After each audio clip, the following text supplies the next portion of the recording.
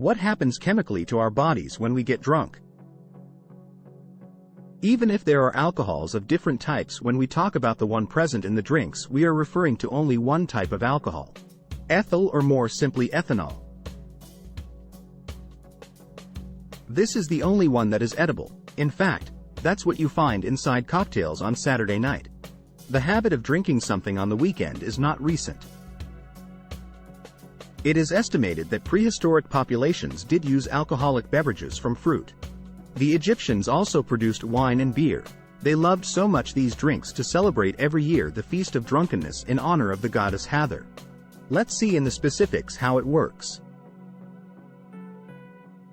We are having a nice time sitting at the bar with our friends. We enjoyed a few appetizers, and our frozen cocktail is served to us when it all begins. At the very moment when alcohol touches our mouth, already from the first sip, a small part of ethanol is absorbed directly from the mucous membranes of the tongue, the mouth, and the esophagus, finishing directly into the blood. Once arrived in the stomach, then it comes absorbed an additional 20% of the ethanol. Everything else is shipped instead directly to the liver so that it can be broken down and transformed, thanks to the so-called metabolic process.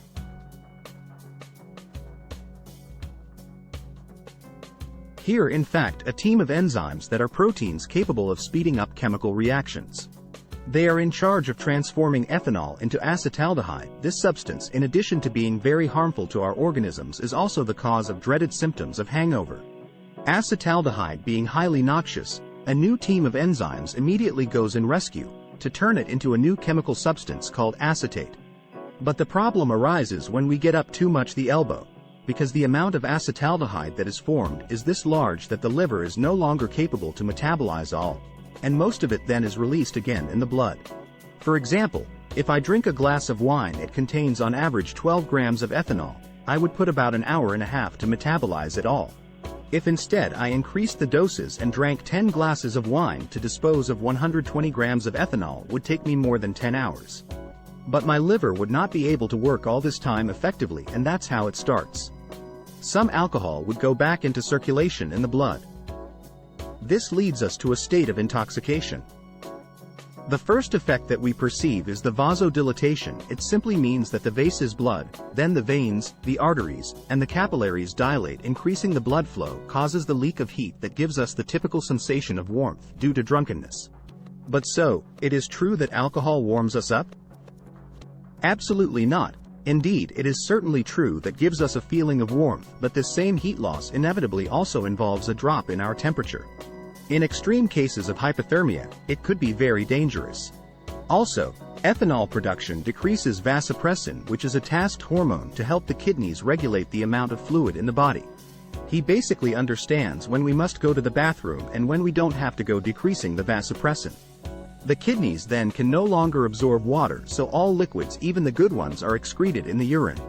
Therefore, every time that we exaggerate with beers, for example, we must run to the bathroom every 5 minutes. Alcohol, however, does not stop only at blood vessels but keeps on traveling up to the heart, and then it comes pumped into the rest of the body, reaching the lungs.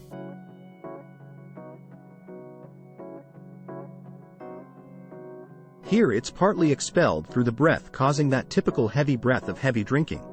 Finally, the alcohol reaches even the brain, making us uncoordinated, uninhibited, and unjustifiably cheerful. But first, he must cross the barrier. The blood-brain barrier protects the encephalon. It can be considered a bit like a filter. A sieve with such narrow meshes to prevent harmful substances to the brain could reach it, and this filter is so effective that actual brain infections are quite rare. Viruses and bacteria that cannot get inside the brain are promptly blocked. Alcohol, however, thanks to its ability to mix with fats of the barrier, manages to cross the sieve mesh, arriving directly at our brains. Now there is no more to do. Alcohol is ready to act on the release or on the reabsorption of the so-called neurotransmitters, in particular on acetylcholine, on dopamine, gamma-butyric acid, and on glutamate. These neurotransmitters are nothing else than messenger molecules.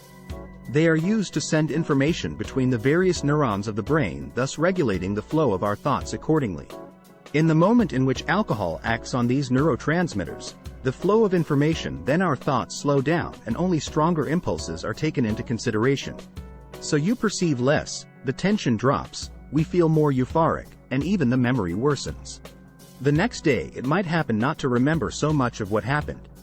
Also, thoughts become more lucid, certainly less complex but much more clear. A drunk might happen to repeat endlessly the same simple sentences. Convinced, however, to express pearls worthy of the history books. If in the evening while drinking, we felt cheerful and carefree, the morning after, the reckoning is settled. Nausea, headache, stomachache, fatigue. In a nutshell, the hangover. The main cause of all this is dehydration. Do you remember vasopressin, that hormone that was needed to regulate fluid absorption in our body? Well, being drastically decreased his production, now you're dehydrated, and to compensate for this deficiency, vital organs begin to take fluids from everywhere, also from the brain.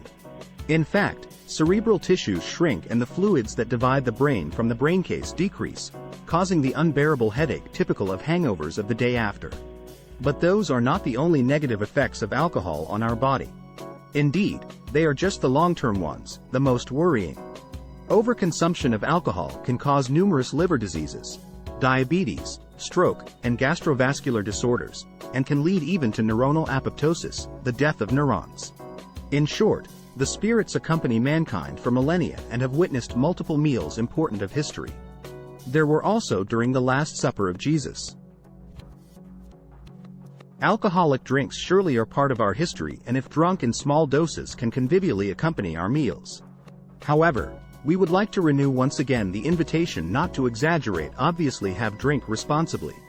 At least now when you are going to pour one more glass, you will know scientifically what it is going on in your body. Alright guys, thank you so much for looking at this video.